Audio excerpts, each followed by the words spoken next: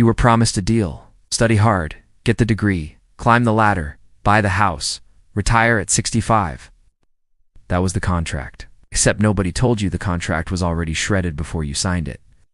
Right now, across every major Western city, something unprecedented is happening.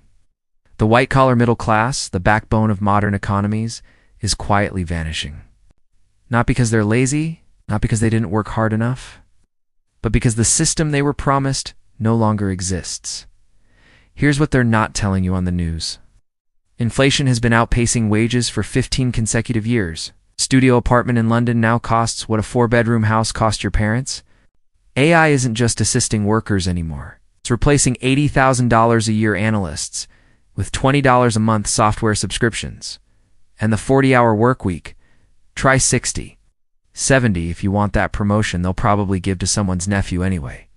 You're working harder than your grandparents ever did, earning less in real terms. You're supposed to smile about it because you have a fancy job title and access to oat milk lattes.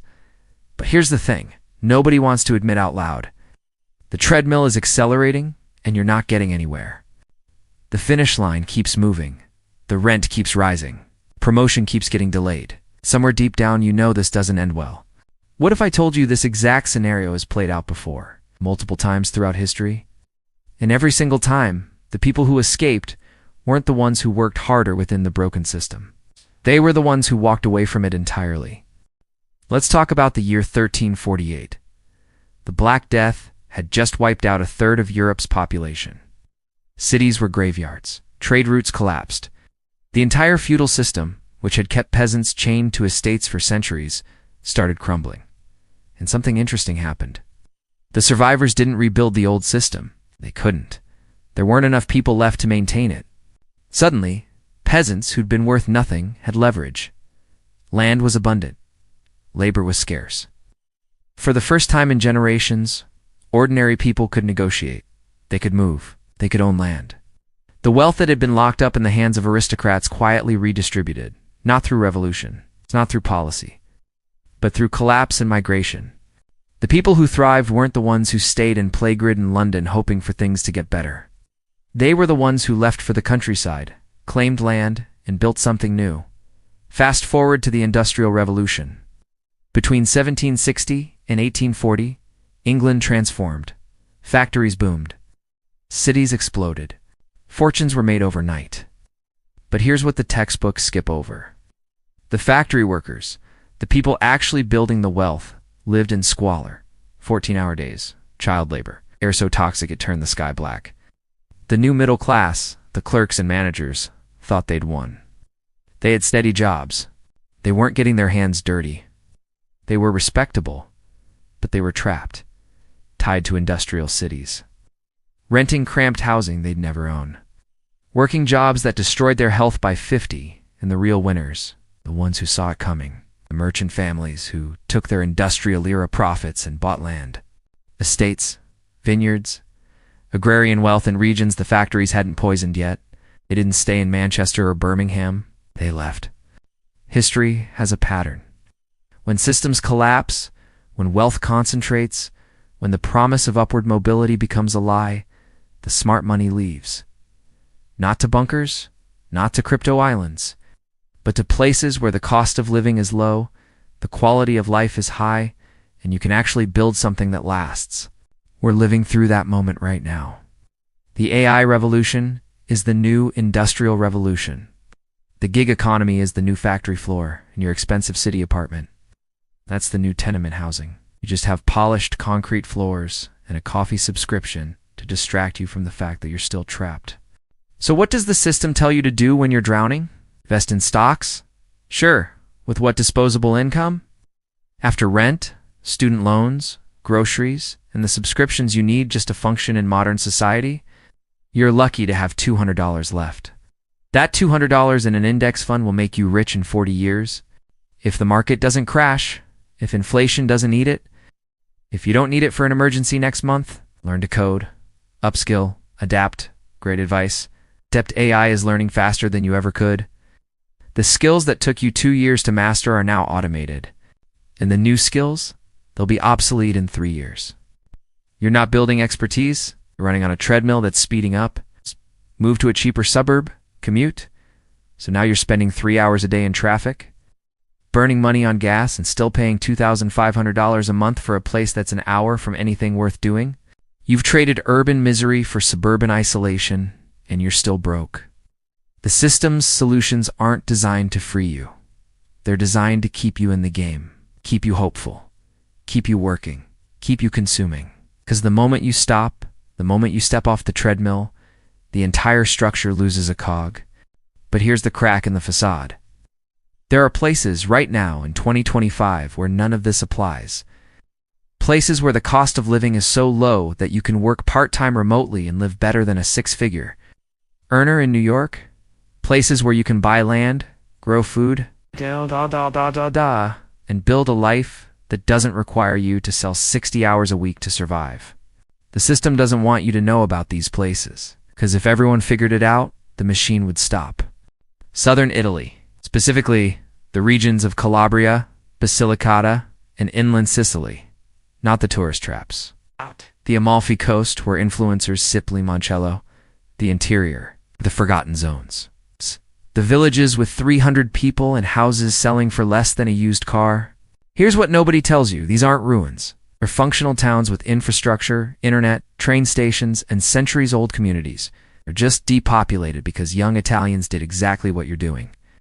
They moved to Milan and Rome chasing white-collar jobs and rent slavery. But the smart ones are moving back, and foreigners are quietly buying in. Let me give you real numbers. In a town like Cinquefrondi in Calabria, you can buy a renovated 2-bedroom stone house for under 30,000 euros. That's 30,000 euros, not a down payment, the whole house. Your mortgage in London or San Francisco costs more per year than this house costs in total. Your property tax? Maybe 200 euros a year? Utilities? Euro 50 a month? Groceries? Fresh vegetables? Local olive oil? Wine? And bread will run you 150 euros a month if you're eating well. No car needed, because everything's walkable. Internet is 25 euros a month, and it's fiber optic because the EU subsidizes rural connectivity. You could live comfortably in a beautiful historic town with mountain views and Mediterranean climate on 800 euros a month. It's $850, less than the cost of a studio apartment in most American cities. Now add remote work. You don't need a full-time job. You need enough to cover 800 euros a month. Freelance consulting? Part-time remote contract work? Digital products. 15 hours a week of actual productive work can cover that. This isn't retirement. This isn't giving up. You're taking your first world skills and applying them to a cost structure that allows you to breathe. But the real shift happens when you stop outsourcing everything. You buy land. Not much. Half an acre. A hectare if you're ambitious. And you plant a food forest. Olive trees, nut trees, perennial vegetables. Exactly like the crops we talked about in those survival videos, except this time it's not about prepping for collapse. It's about reducing your dependency on a system designed to extract from you. When you grow 40% of your own food, your cost of living drops even further. When your housing is paid off, you're not on anyone's timeline anymore. You're not grinding for a landlord's Porsche payment. Because you're in the EU, you have access to healthcare. Real healthcare. Not the American system where a broken arm bankrupts you. You're paying into the Italian system, which costs a fraction of what you'd pay in the US and actually works. The people doing this right now aren't millionaires. They're burned-out project managers. Former accountants. Mid-level software developers who realized they could work 20 hours a week remotely and live better than they did working 60 in Seattle. This is the modern version of what happened after the Black Death. The wealth and opportunity didn't disappear. It moved. It redistributed.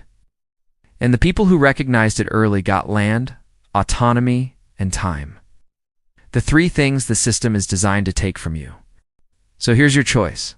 You can keep believing the city will get affordable, that the job will get better, that retirement is real. If you just grind 5 more years, 10 more years, it'll all pay off.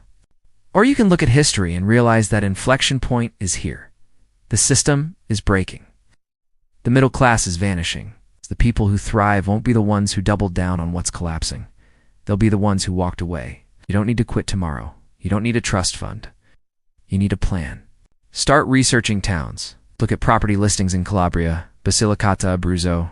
Learn basic Italian. Build a remote income stream. Save enough for a one-way ticket and 3 months of living expenses. This isn't escapism. This is pattern recognition.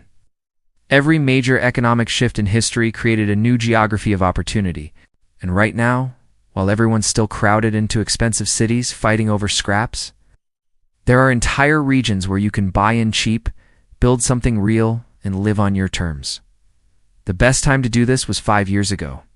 The second best time is now, because in 5 more years, everyone will have figured it out. The arbitrage will close.